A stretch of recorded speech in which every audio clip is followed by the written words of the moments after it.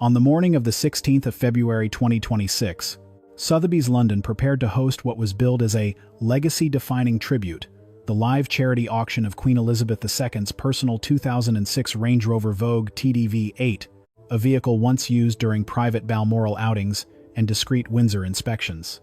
The event had been promoted for weeks as a solemn salute to Her Majesty's independence, with all proceeds pledged to the Queen's Commonwealth Trust. But just 2 hours before bidding began, whispers began leaking out from the royal mews. The auction was suddenly postponed without explanation. Staff phones were silenced. Courtiers closed ranks. One internal message simply read, Item 47. A pulled by instruction of Clarence House. Legal review pending. The press release that followed was oddly vague. In light of recent developments, Lot 47A, the late Queen's Range Rover, will not be presented at auction today. We appreciate your understanding and support of the Trust's wider mission. Yet insiders knew, this wasn't a tribute paused by protocol. It was a power struggle over property, legacy, and at its core, control. Because someone had tried to privately acquire the Queen's vehicle behind closed doors. And that someone, reportedly, was Tom Parker Bowles, Queen Camilla's son. For those unfamiliar with its history, the 2006 dark green Range Rover wasn't just another royal vehicle. It was the Queen's personal favorite during her summer retreats at Balmoral.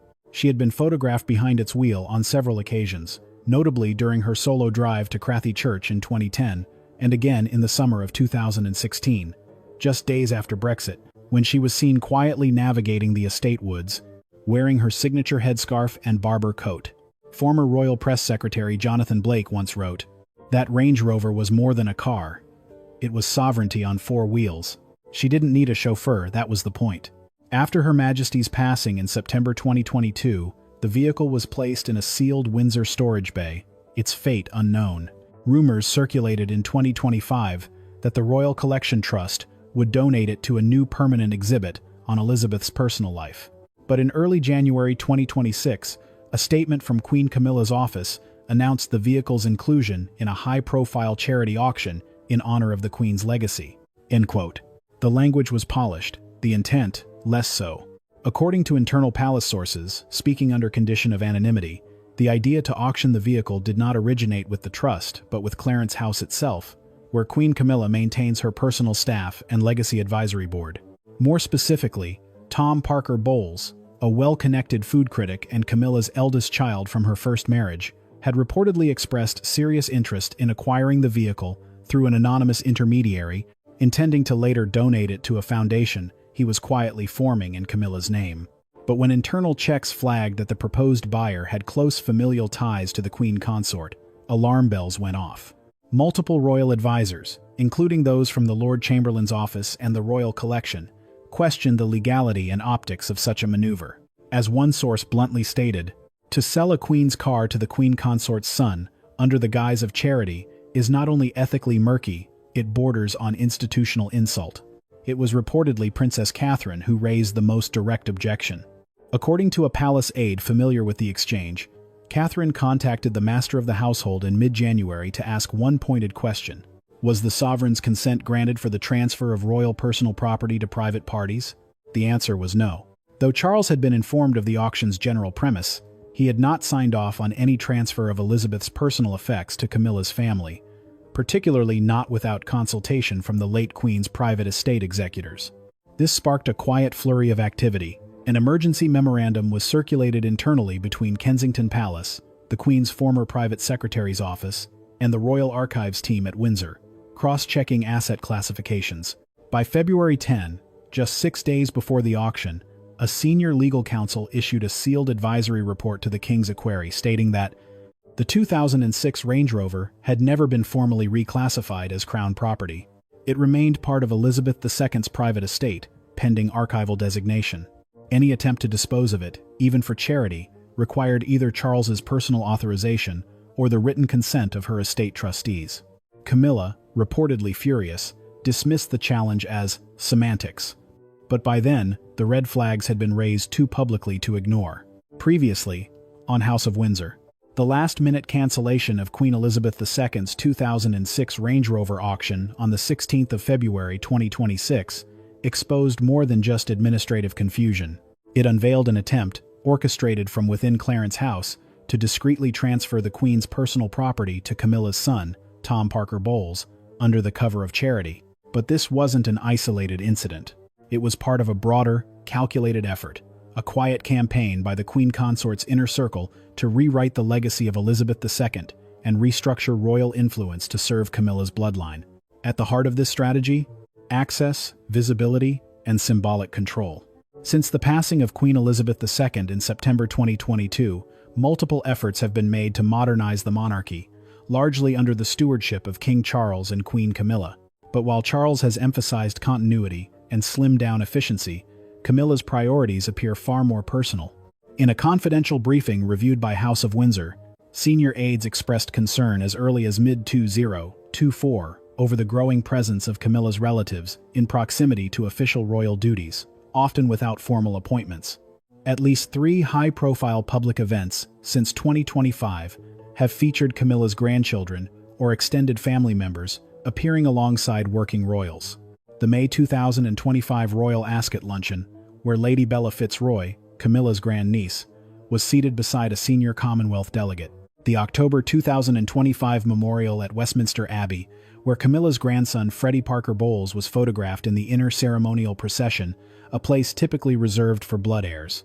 And most notably, the January 2026 Sandringham reception, where Tom Parker Bowles was listed as a heritage advisor for the Queen's domestic estates, a role no one in Kensington or the Royal Collection Trust could confirm as legitimate. It was this last event that caught the attention of multiple senior courtiers. As one former royal press officer observed, if Camilla's family keeps showing up beside state figures and stepping into advisory positions, then who exactly is building the future royal image? Because it's not William, and it's certainly not Catherine. 1. In the meted.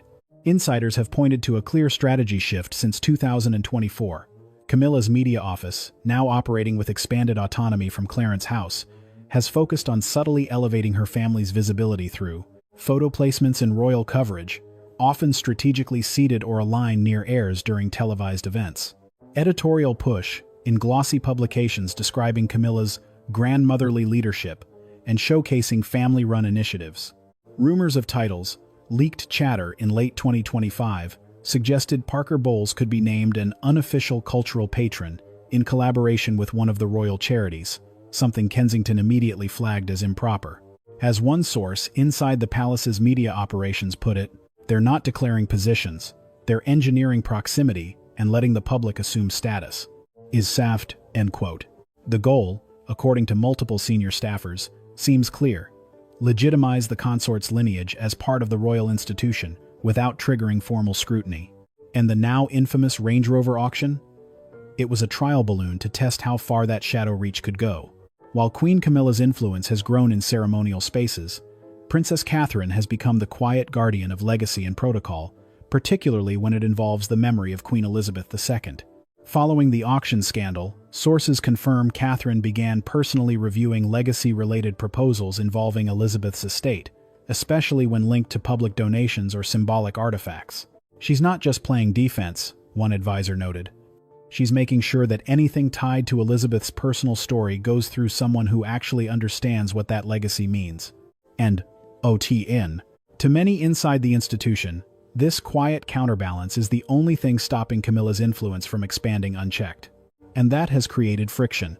In late January 2026, just weeks before the auction, an internal email chain between the Royal Collection Trust and Clarence House revealed significant tension. According to leaked messages, Clarence House requested private access for an unnamed family representative to preview the Range Rover prior to the auction. The trust responded, asking whether this representative was a confirmed estate executor.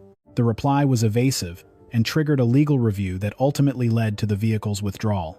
The representative? According to multiple insiders, it was Tom Parker Bowles himself. One senior royal aide put it plainly. They were trying to set a precedent.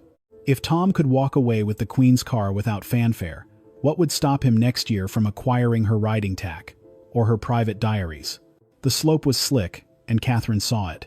In the House of Windsor, power is rarely exercised through orders. It's signaled through rituals, presence, and possession. To claim the Queen's car was to claim her mobility, her independence, her identity.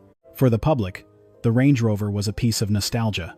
But within palace walls, it was a relic of sovereignty and a prize worth fighting for. And the fact that its removal was orchestrated so quietly, by people outside the line of succession, was a breach not just of protocol but of trust. As of this writing, the car remains in secured storage, with its future uncertain, but the forces moving around it are anything but still. While the public saw only a withdrawn auction lot and a brief line of palace silence, behind the gilded gates, something had begun to stir, not loud, not visible, but deeply coordinated. What began as a dispute over a Range Rover quietly ignited a network of resistance within the royal institution, one that included household guards, archivists, personal aides, and even low-ranking footmen. They weren't staging a revolution. They were protecting a legacy. And their quiet opposition to Queen Camilla's overreach marked one of the most delicate yet defining internal fractures in the modern House of Windsor. It began in the first week of February, 2026, just as rumors swirled about the Queen's Range Rover being redirected to an undisclosed buyer. Within 72 hours, at least 5 minor rota changes were flagged inside the royal household's internal shift system. 2 Queen's guards reassigned themselves to non-ceremonial duties. A household aide cancelled an appearance Camilla was set to host at Marlborough House.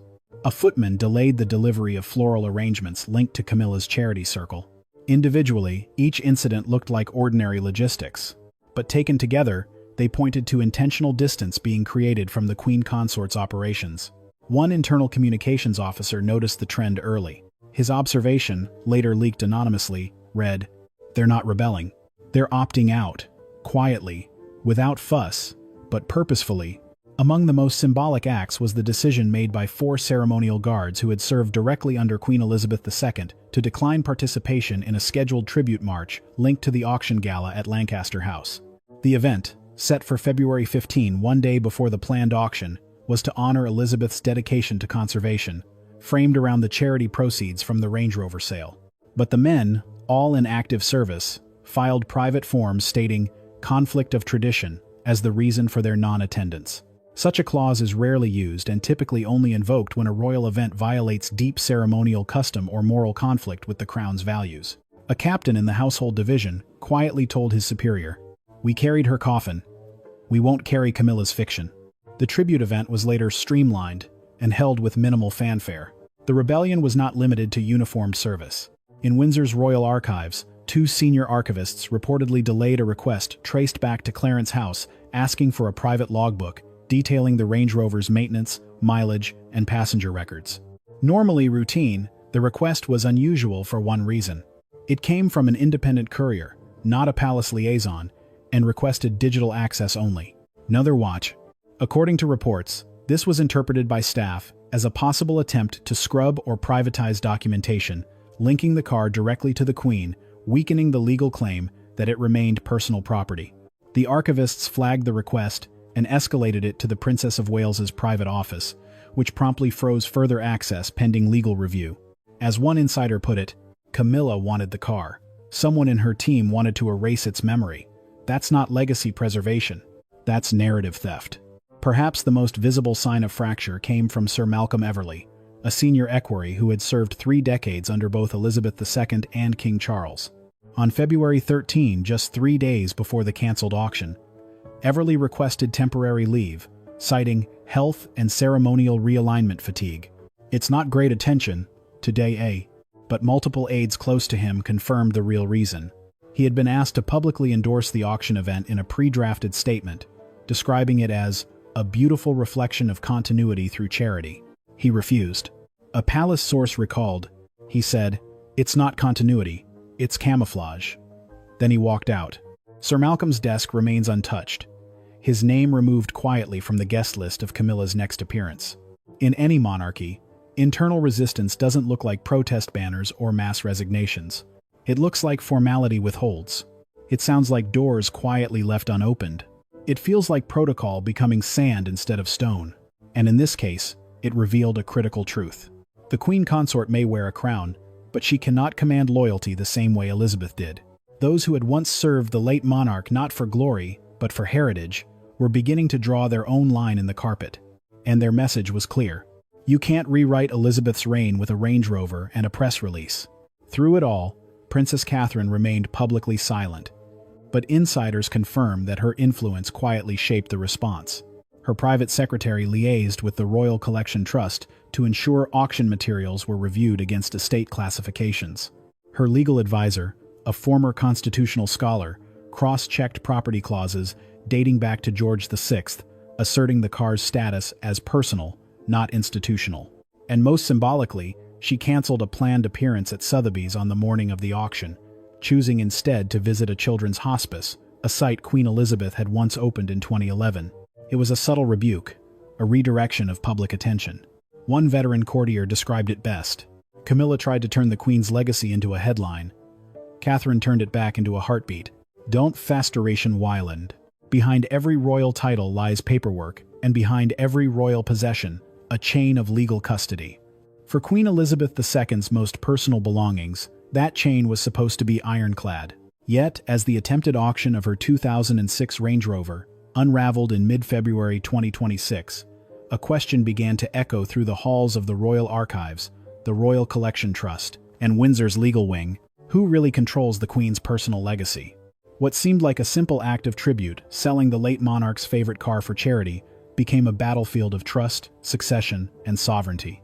And as palace aides quietly sorted records, one discovery changed everything. Elizabeth's private estate had not yet been fully resolved. According to leaked legal correspondence reviewed by House of Windsor, the Queen's estate included a sealed codicil added to her will in early 2021. Known internally as the Living Legacy Clause, it specified that no item personally owned by Her Majesty could be transferred, sold, or donated without the explicit approval of two estate executors, one of whom was Princess Anne, and the other, controversially, Prince Edward. Camilla's office had reportedly assumed the Range Rover had been transferred to the royal collection for institutional management, a common process after the passing of a monarch. But internal documentation proved otherwise. The vehicle remained part of Elizabeth's personal estate, flagged for archival designation pending final directive. That directive had not yet come, and when Clarence House moved to include the car in the auction, without proper executor approval, they triggered a full legal freeze. While Prince Edward maintained public neutrality, Princess Anne did not.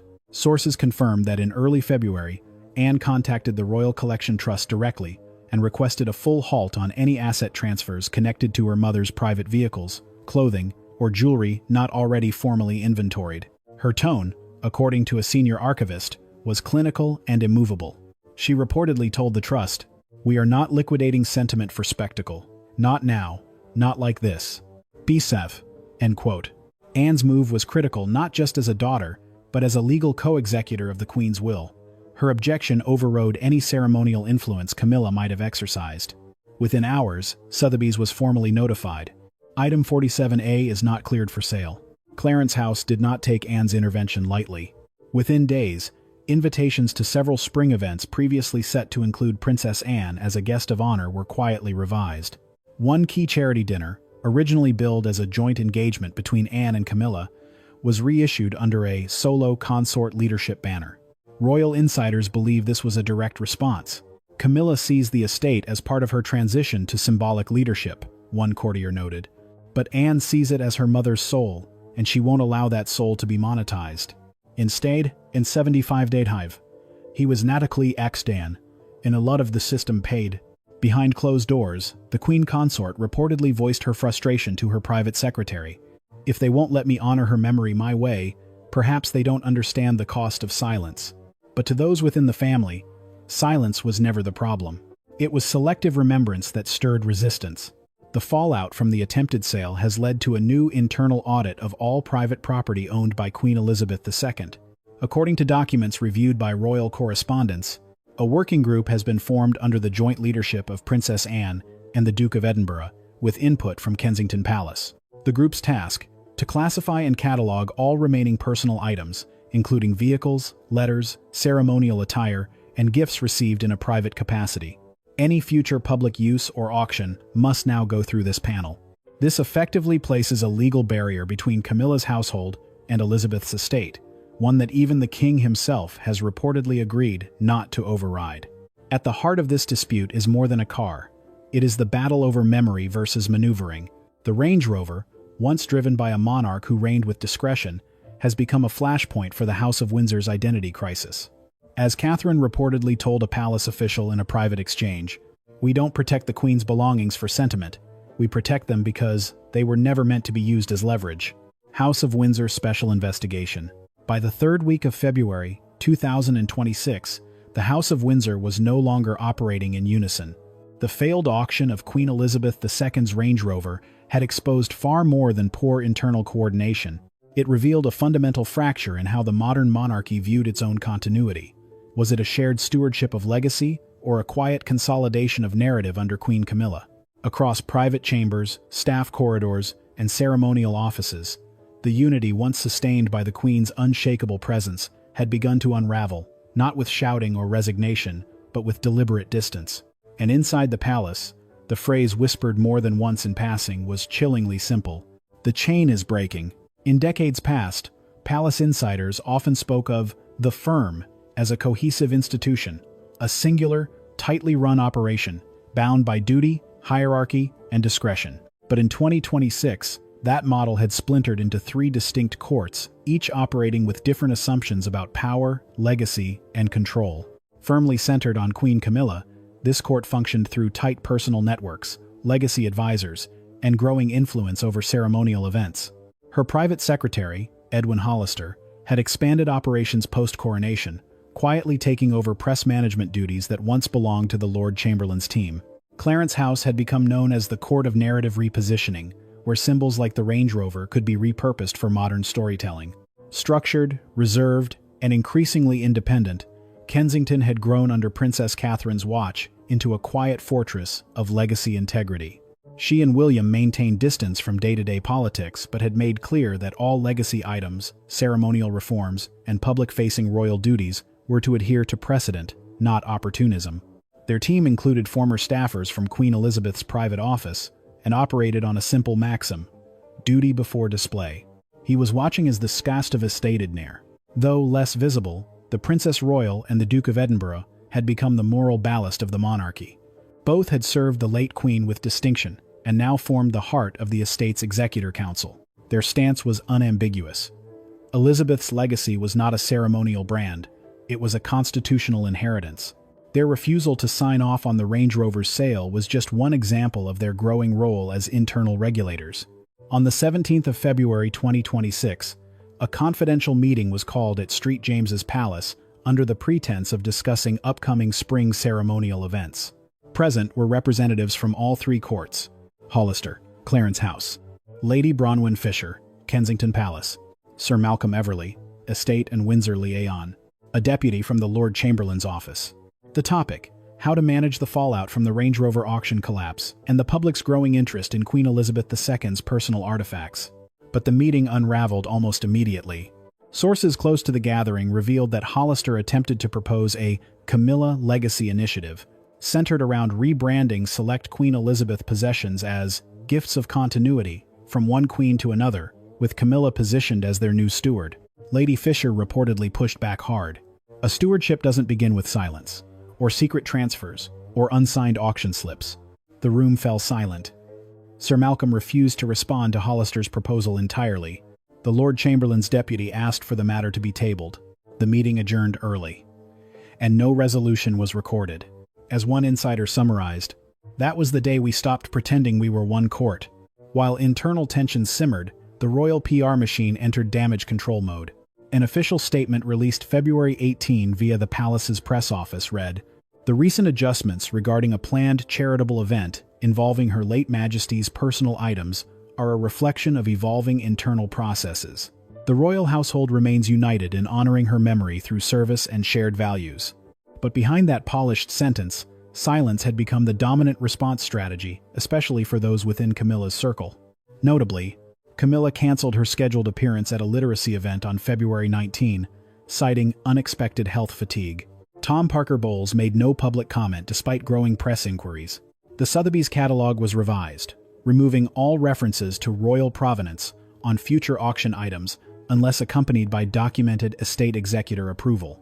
In a rare breach of protocol, a senior ceremonial officer, speaking under anonymity, shared a private reflection with House of Windsor.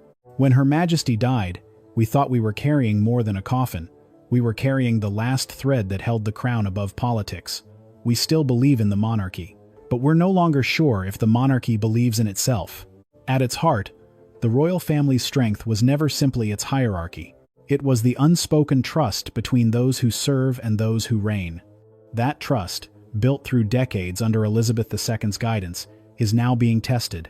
And while the crown still rests on King Charles's head and Camilla remains his queen, it's becoming increasingly clear that within the palace, loyalty is no longer attached to title alone. As one advisor to William put it, the crown is intact, but the chain that held it together, that's under review. With his second 23 and have a grade of Eunice.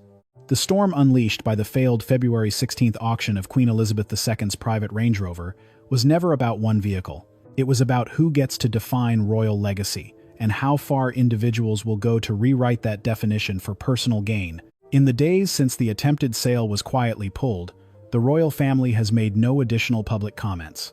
But behind the scenes, sources confirm that Princess Catherine has taken the rare step of requesting a full review of all legacy transfer proposals involving Queen Elizabeth's personal belongings, including vehicles, jewelry, handwritten letters, and gifts of state once kept at Sandringham, Windsor, and Balmoral. This quiet but firm move signals one thing. The Princess of Wales is stepping forward as the moral center of the monarchy. While King Charles continues to delegate royal duties amid fluctuating health conditions, and Queen Camilla retreats from public-facing events, it is Catherine's team, aided by Kensington Palace archivists and royal estate attorneys, that now holds the gate.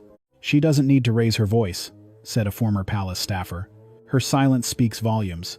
In this case, it was the loudest veto in royal history. Insiders confirm that a private memorandum from Catherine's office to the Privy Council outlined a proposed Windsor Charter of Legacy Stewardship, aimed at codifying how royal artifacts are classified, preserved, and only when appropriate released to the public or charitable events. This charter, though still under internal review, could become the most sweeping institutional safeguard since Elizabeth II's 1992 Annus Horribilis reforms. Across the United Kingdom and Commonwealth, headlines once fixated on the failed auction have shifted tone, from scandal to introspection. "Who owns the Queen's memory?" asked the Times. "Camilla's overreach sparks legacy war," ran a headline in Le Figaro. But one image quietly released by Kensington Palace may have spoken most powerfully. A black and white photograph of Queen Elizabeth behind the wheel of her beloved Range Rover in Balmoral, with a handwritten caption added by Catherine herself, "Driven by duty, never for sale." It went viral within hours. As the House of Windsor faces its modern trials, strained loyalties, competing courts, generational divides, the crown now sits at a crossroads. It must choose between restoration of trust or the erosion of moral credibility. And in that choice, it will not be Queen Camilla, nor even King Charles, who defines the path forward. It will be Catherine, Princess of Wales, who carries not just the title, but the ethos of the late Queen. Because when silence from the king leaves a vacuum, and scandal from within threatens collapse, it takes one steady hand to hold the legacy firm. That hand now wears Diana's sapphire ring,